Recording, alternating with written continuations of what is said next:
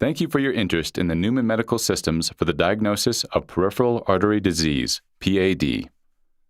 This series of videos covers the setup of the simple ABI cufflink systems and how to perform the standard exams, including a reimbursable single-level ABI study, a TBI study using a PPG, a multi-level segmental study, and the vascular stress exam.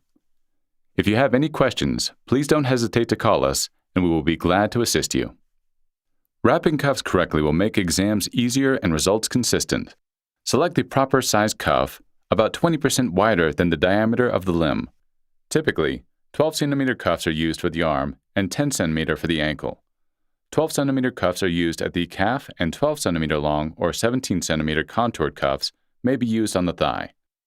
Newman Medical offers additional cuff sizes for different sized limbs. Small digit cuffs are used for the toes.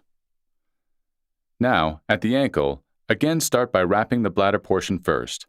Place the cuff under the ankle and wrap it around the ankle, holding it in place with one hand while wrapping it with the other. Try to wrap it straight. You can rotate it around to get the hose out of the way of the artery. When wrapping the cuffs on the legs, the patient may try to hold their leg up to help, but ask them not to because when they relax their leg, the cuff may loosen. When wrapping digital cuffs on the toe, try to wrap it down on the toe far enough that you will still be able to get the PPG probe on the end of the toe. Correct use of the Doppler is critical to accurate results for ABI and segmental tests. It may take practice to become comfortable using the Doppler, but you will soon gain confidence. Start by holding the probe like a writing pen.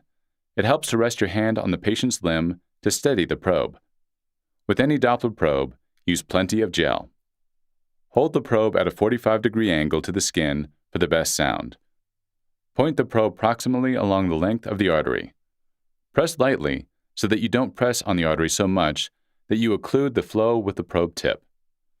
Slowly move the probe across the artery until you hear the loudest sounds. A key when taking pressures is to be able to keep the probe in place as the cuff is inflated and deflated, even when the sound disappears when the artery is occluded by the cuff. The Newman Medical Angled Standoff, or cheater, can help with holding the probe at the correct angle and keeping it in place. The cheater also helps to keep from pressing so hard with the probe that the artery is occluded.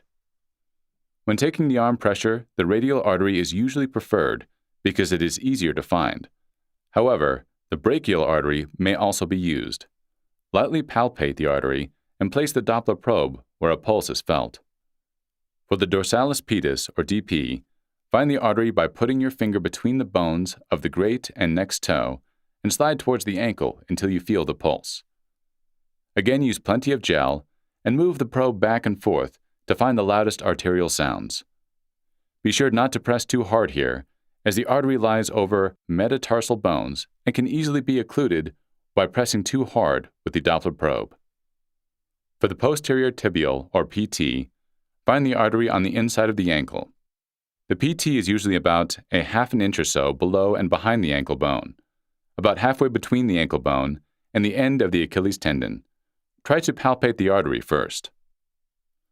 A PPG sensor may be used to pick up a pulse in a digit.